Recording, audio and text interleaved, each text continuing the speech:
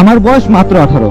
আর এই 18 বছর বয়সে আমি যে একটা জীবন্ত লাশ হয়ে যাব সেটা কখনো ভাবি নাই। তাই আমি একজন নিম্ন মধ্যবিত্ত পরিবারের সন্তান, তাই হয়তো আমি কখনো স্বপ্ন দেখতে পারবো না, আর দেখলে হয়তো সেটা কখনো বাস্তবে রূপ নেবে না। ভাই আমি যখন ছোট ছিলাম তখন থেকে ফ্যামিলির অবস্থা খুব একটা ভালো ছিল না। আমাদের পরিবারের 6 জন সদস্য, আর বাবা শুধু একাই ইনকাম করতো। বাবা যে ইনকাম করতো তা দিয়ে শুধু সংসারটাই ভালোভাবে চলতো। তাই ছোটবেলা থেকেই খুব একটা বড় হওয়ার স্বপ্ন দেখতাম না। মাধ্যমিকটা শেষ করে কোন একটা ব্যবসা করব।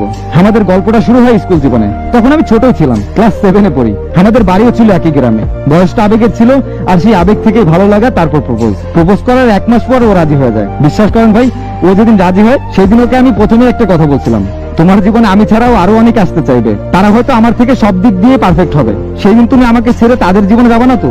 ও সেদিন আমাকে কসম করে বলছিল কখনোই আমাকে ছেড়ে যাবে না। আর এই কথাটা শুনে কেন জানি একটা বিশ্বাসের আশ্বাস পেয়েছিলাম। ক্লাস 9-এ উঠে আমাদের ফোনে কথা বলা শুরু হয়। সবসময় কথা হতো, এমন রাত যেত সারা রাত ঘুমাইতাম না দুজন। ক্লাসে গেলেই দুজনে ঘুম পাতো। এভাবে চলতে চলতে কখন যে ওকে এতটা ভালোবেসে ফেলছি নিজেও জানি না। আমাকে সবসময় বড় হওয়ার স্বপ্ন দেখাতো, বলতো তুমি একটা ভার্সিটিতে চান্স পেলে আমার ফ্যামিলি তোমাকে মেনে নিবে, তুমি পড়াশোনা করো, তোমার পরিস্থিতি যেমনই হোক আমি সবসময় তোমার পাশে থাকবো। আমি ওকে অনেক বিশ্বাস করতাম। তাই দিন দিন স্বপ্নগুলো বড় হতে থাকে। নিম্ন মধ্যবিত্ত পরিবারের ছেলে হয়, ওকে খুব বেশি কিছু দিতে পারতাম না। টিফিনের টাকা না খেয়ে ওকে SMS কিনে দিতাম। SMS কিনে না দিলে রাতে কথা হবে না। আর মাঝে মাঝে টিউশন ফি এর টাকা দিয়ে গিফট কিনতাম ওর জন্য। এভাবেই মাধ্যমিক পাশ করলাম। এরপর বাবাকে একদিন বললাম, বাবা আমি শহরে যাব পড়াশোনা করতে, আমি ভালো কিছু করতে চাই জীবনে। বাবাও আর না বললো না, কারণ বাবার কাছে সন্তানের ভবিষ্যৎটাই সবকিছু। তারপর আমি শহরে গেলাম, আর ও চলে যাওয়ার আপুর বাসায়। তাই আমাদের আর আগের মতো কথা বা দেখা হতো না।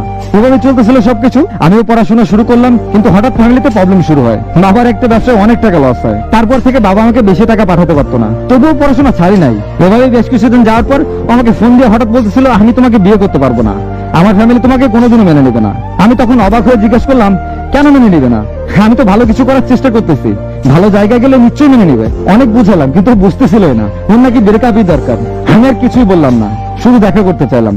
ও রাজি হলো। কয়েকদিন পরে বাসায় আসলাম দেখা করার জন্য।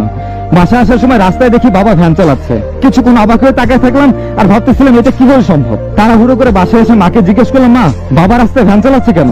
তখন মা কান্না করে বলতেছিল, তুই শহরে যাওয়ার পর আর টাকাগুলো নষ্ট হয়ে যাওয়ার পর একা সবকিছু সামলাতে পারতেছিল না।